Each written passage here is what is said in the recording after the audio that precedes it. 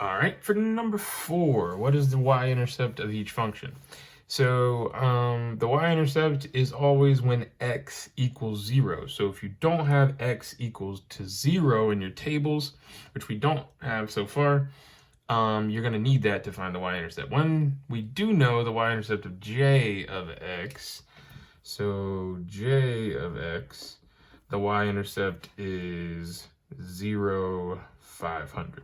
So it's the point 0, 500. For h of x, you don't have 0, but since it's linear, you can kind of work backwards. You can look at, well, if x is 1 at 200 and it's increasing by 20 each time, I can work backwards and decrease by 20. If I want to go from 1 to 0, taking a step back, I can do 200 minus 20 to get 180. So for h of x, the y-intercept is 0, 180. So j of x has a larger y-intercept as of now. For f of x and g of x, since we don't have it in a table form, I'm going to plug it in my calculator and just show you what the calculator spits out. So f of x and g of x.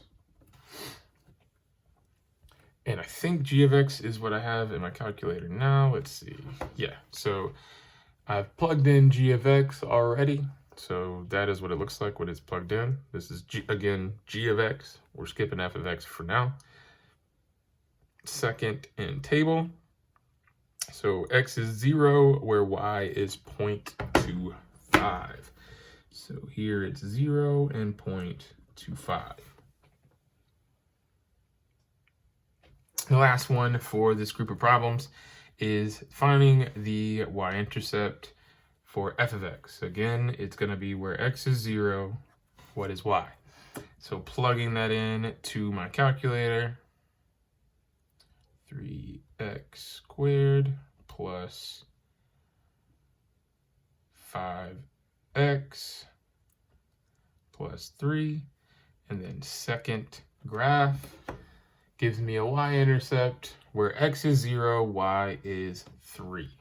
So where x is 0, y is 3. So if you take a look, we have all 4 of your y-intercepts there, and you can kind of do some comparison there. The smallest y-intercept would be g of x, the largest y-intercept being j of x, which also was greater at 3.